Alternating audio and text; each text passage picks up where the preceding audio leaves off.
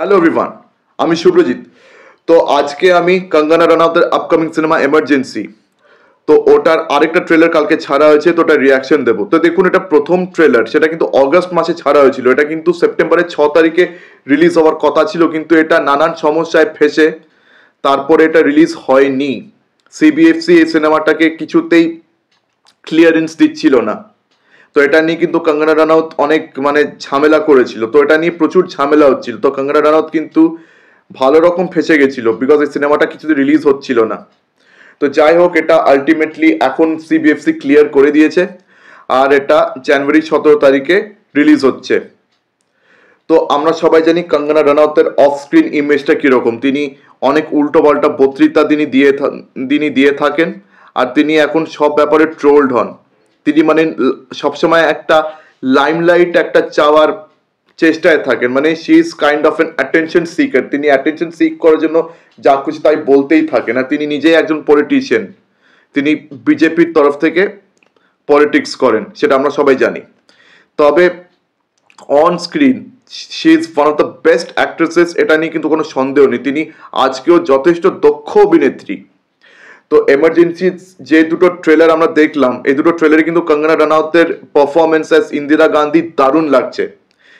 ইন্দিরা গান্ধীর রোলে কিন্তু কঙ্গনা রানাউতকে খুব ভালো মানিয়েছে, নো ডাউট।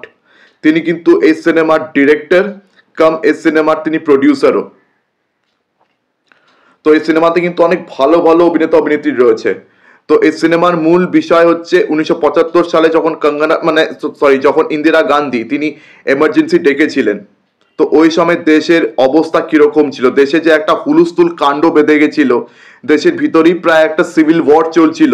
আর তাছাড়া তার ছেলে সঞ্জয় গান্ধী, সে কিভাবে আর কি অথরিটেরিয়ান গভর্নমেন্ট চালাচ্ছিল, সে কিভাবে একটা অথরিটেরিয়ান অ্যাটিটিউড দেখাচ্ছিল, টোটালিটারিয়ান একটা অথরিটেরিয়ান একটা অ্যাটিটিউড দেখাচ্ছিল। তার জঙ্গল রাজ সে চালু করেছিল সঞ্জয় গান্ধী। মোট কথা বলতে গেলে সঞ্জয় গান্ধী আর ইন্দিরা গান্ধী দুজনে মিলে কিরকম জঙ্গল রাজ চালাচ্ছিল ওই সময় এমার্জেন্সিতে। তো এই জিনিসটা কিন্তু এই ট্রেলারে পরিষ্কার বোঝা যাচ্ছে। আর হ্যাঁ, এই সিনেমা কিন্তু একটা প্রপাগান্ডা সিনেমা, কিন্তু definitely no doubt it's a propagandist film, because Kangana Ranaut কিন্তু বিজেপির তরফ থেকে পলিটিক্স করেন। তো এই ব্যাপারটা রয়েছে। তবে সিনেমার নিরীক্ষে এই দুটো ট্রেলারকে আমি জাজ করছি, এই দুটো ট্রেলার কিন্তু বেশ ভালো লেগেছে। তো কঙ্গনা রানাউতের ইন্দিরা গান্ধীর রাজে যা যা জিনিসপত্র হয়েছে 1971 সেই ইন্ডো পাকিস্তান যুদ্ধ থেকে শুরু করে খালিস্তানি মুভমেন্ট অবধি সব কিছু কিন্তু এই সিনেমাতে আমরা দেখতে পাবো।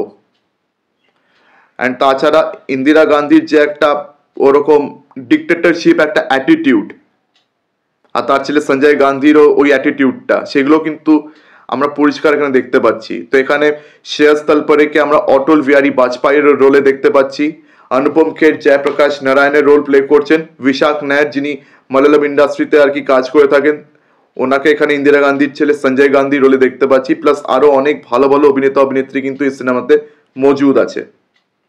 তো দেখা যাক এই সিনেমাটা বক্স অফিসে পারফর্ম কিরকম করে। কঙ্গনা রানাউতের কিন্তু শেষ কটা ছবি কিন্তু বক্স অফিসে একদমই পারফর্ম করছে না ভালো।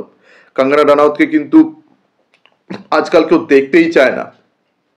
তো তার অফ স্ক্রিন ইমেজটা এতটাই খারাপ যে তার সিনেমা দেখার জন্য কিন্তু কেউ সেরকম ইন্টারেস্ট প্রকাশই করে না। তো এখন দেখা যাক এমার্জেন্সি এই সিনেমাটা লোকেরা দেখতে যায় কিনা, লেটস সি কি হয়। তবে